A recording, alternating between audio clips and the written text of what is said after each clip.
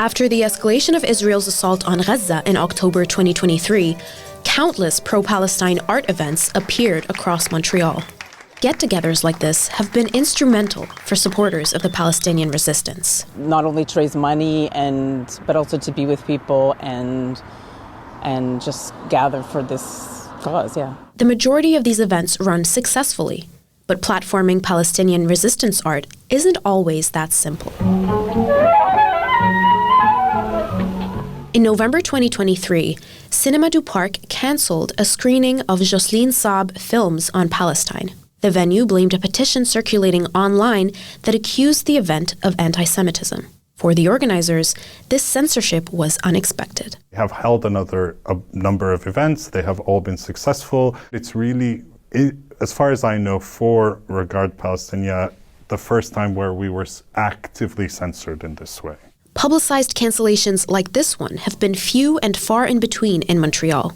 Activists and artists say this wouldn't have been possible without a network of pro-Palestinian grassroots efforts and independent businesses. For example, when you have events like poetry, right? You know the people that run like the place, like they're going to support you.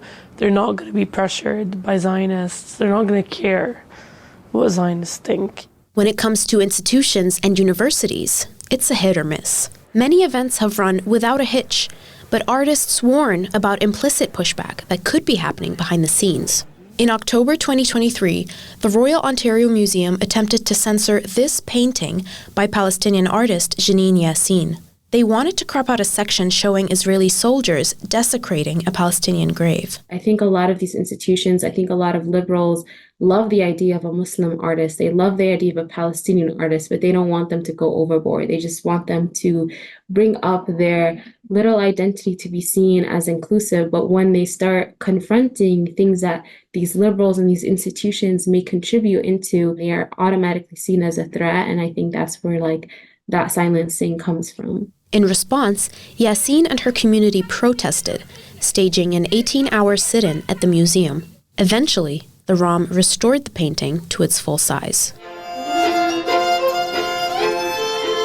The outpouring of support for Palestine in Montreal has given resistance art a sturdy enough platform, but the same cannot be assumed elsewhere.